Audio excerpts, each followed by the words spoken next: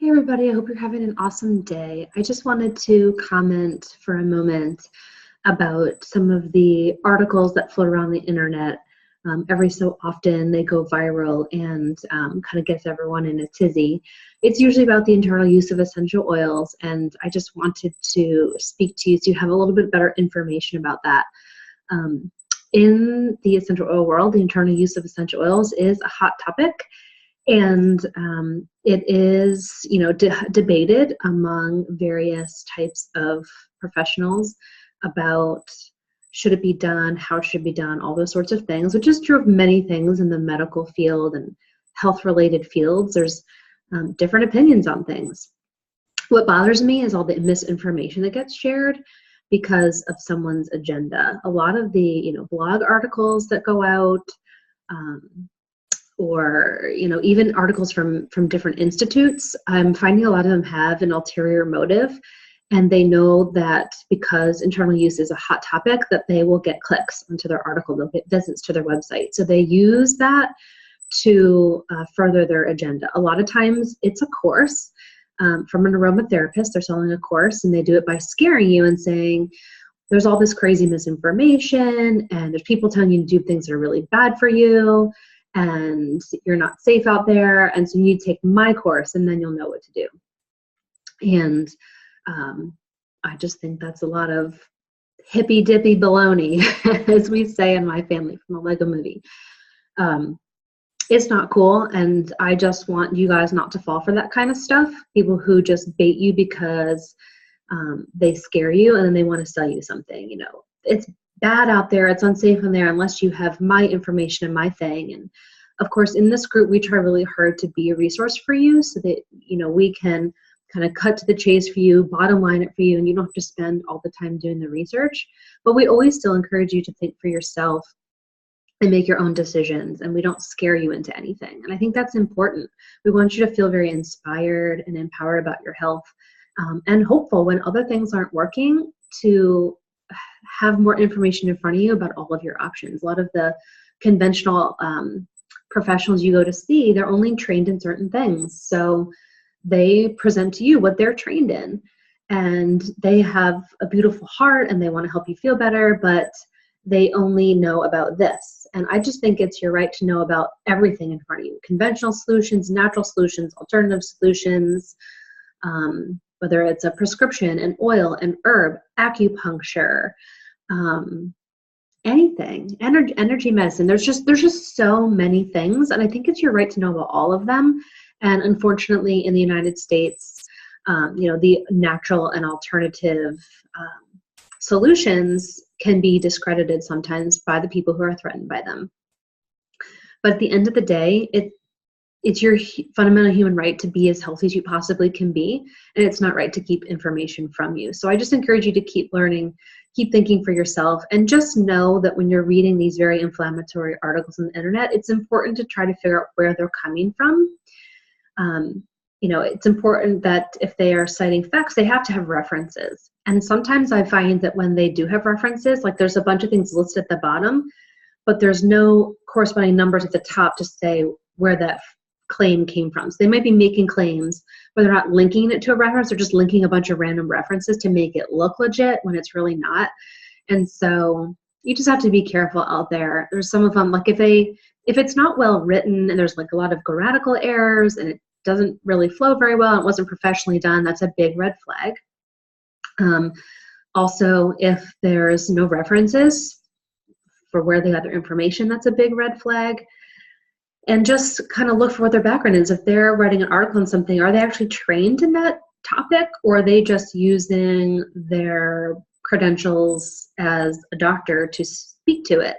But if a doctor hasn't been actually trained up on essential oils, herbs, chiropractor, acupuncture, whatever the thing is, then they really shouldn't be speaking to it. And that's true for everybody. But in the US, we tend to put doctors up on a pedestal and just assume that if they have doctor in front of their name, that they know everything. They could never be wrong. And they're just all-knowing, God-like person. And it's just not true. They're human.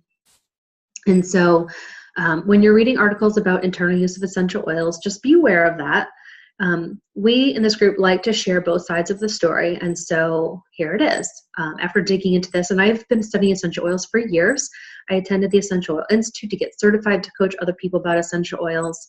I don't think it's necessary. I think self-study is quite effective. You don't have to get certified to teach other people about essential oils. There's amazing resources available. There's really good books and articles and reliable resources, but I did go ahead and get certified because I'm really passionate about this, and this is my business, and I spend all of my time every day. And I'd spent some time working with Dr. Axe, so I've gotten to have conversations with him in person about essential oils and his take on things. And so this is where I come down after researching internal use of essential oils. There's a group of people called Aroma Therapists, and these people have been using essential oils and teaching about essential oils for a long time.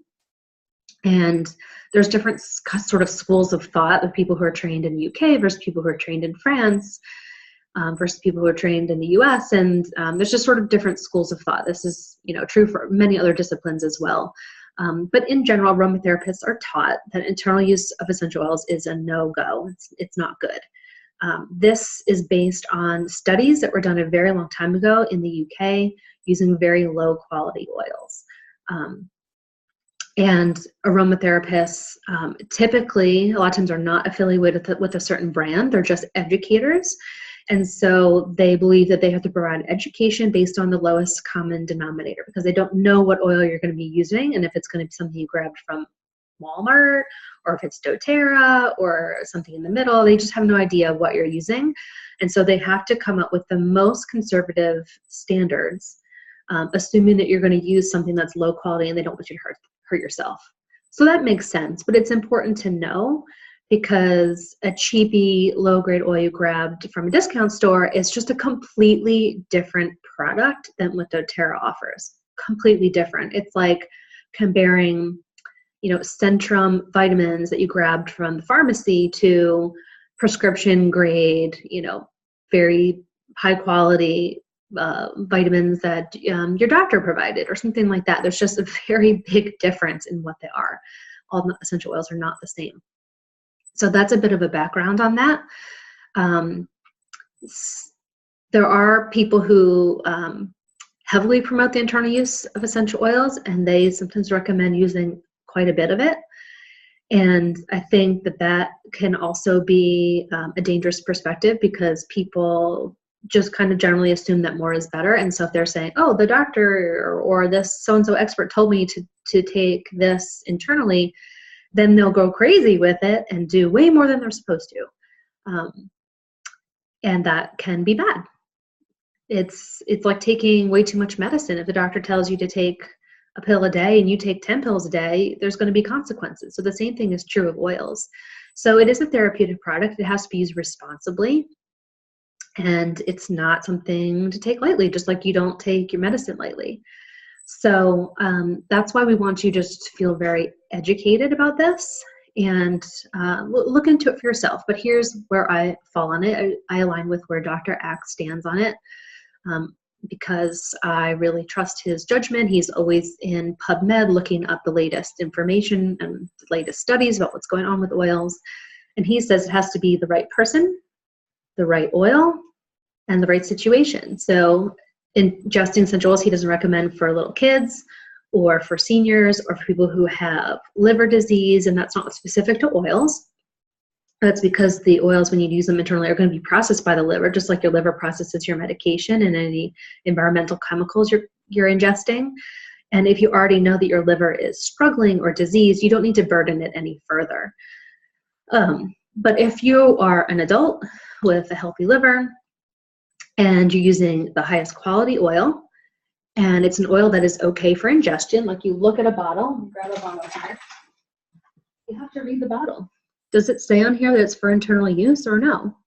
If it does, it'll have, for doTERRA's anyway, it will have the supplement facts label on it, and it will say for internal use and what to do. This one says dilute 1 drop in 4 ounces of liquid. There'll be some other ones, if I find one, that will not be for internal use. So here's one with no supplement facts label on it. And you're not going to see anywhere on here to take it internally. So it has to be the right oil. Some oils are not for internal use and some are. With the right oil, for the right person, and in the right amount, you can get therapeutic benefits. What is the right amount? You're going to see differences all over the internet on this. And I just warn you to not go crazy with this. There's no need to take, 40 drops of something. That's just not necessary. This is very concentrated. And Dr. X says 1 to 3 drops at a time. And I think that's really smart, especially when you're just starting. Go low and slow. You want to use the minimum amount possible that makes it, the most effective on your body and the least expensive for you. And there's no need to waste it. So 1 to 3 drops at a time, 3 times a day. I recommend taking it with food until you know if anything's going to irritate or upset your stomach. Some of us have more sensitive stomachs than others. So 1 to 3 drops with food. You can put it in your water. If you know it doesn't bother you in any way, then just drink it in your water. Don't worry about the food. But when you're just getting started, just be mindful of what's happening in your body. We all are different. And so your spouse or your best friend could be using it in one way and that bothers you. So you might need to use it in a different way. And now if you have a very big challenge going on, you're really sick or something, you can do more for a short period of time. But for regular daily ongoing use, 1 to 3 drops 3 times a day. So if you find, like a lot of people will try Copaiba because they're managing their pain and it really helps them. And they do the 1 to 3 drops and it's really helping them. And so they decide to do more, even though I said not to. Someone in my own family did that, drank like half a bottle, but it doesn't work that way. 1 to 3 drops, more is not better. That's all you need. So let's not waste it. Let's be responsible with it. And just know what you're doing. And if you feel unsure or concerned, then, reach out and ask for help. As an essential oil coach, I'm not allowed to make recommendations about your medications or suggest you can get off a medication or anything to do with medications. I'm not a doctor, so I can't comment about that. And I understand that your doctor may not know anything about essential oils. That puts you in a tough spot. So I would encourage you to look around your town and see what resources you can find. You might have to get a little creative, but I've been so pleasantly surprised here where we live in North Carolina. There's a lot of different practitioners who offer really good counsel when it comes to medical stuff, and they are knowledgeable about conventional and alternative. And so you might just have to, ask around and start making calls, but it could be a naturopath, a functional medicine doctor, an integrative doctor, it could be your chiropractor. We have a bioenergy technician who's totally amazing. So you might have resources in unlikely places or places you just didn't realize because they're popping up quite a bit now. They're becoming much more mainstream. It's not as hard to find. But, if you have concerns about your medication and oils, then you're going to need to find a licensed, doctor or professional to speak about that with, or let me know what you need. I'll try to find some, articles or PubMed studies or something that I can send you so you can make your own decision about what you want to do. Lots of good information on drax.com. He's a trustworthy resource. I actually know him. I've met him a bunch of times. You can totally trust him. And they do a good job of keeping their stuff updated and staying as best they can on top of the science. There's going to be a big wave of science coming. So that's going to be very exciting. There's things in the works right now at multiple universities. So it's coming, and it's inevitable because the essential oil industry is just bursting at the seams. It's just billions of dollars now because they work and people are using them and they're recommending them to their friends and family. And so, more is coming. But if you're worried that this is a fad or a new age thing, just remember, these are referenced in the Bible. These were used by the ancient Chinese, the ancient Greeks. These have been around a very long time. In comparison, it's modern medicine that's the fad. So just keep that in mind. And I hope you continue to stay very inspired about your health And if you have a testimony about how oils have helped you, definitely share them so we can inspire other people and spread the word about the importance of taking charge of your health and knowing all of your options. I hope you have a great day.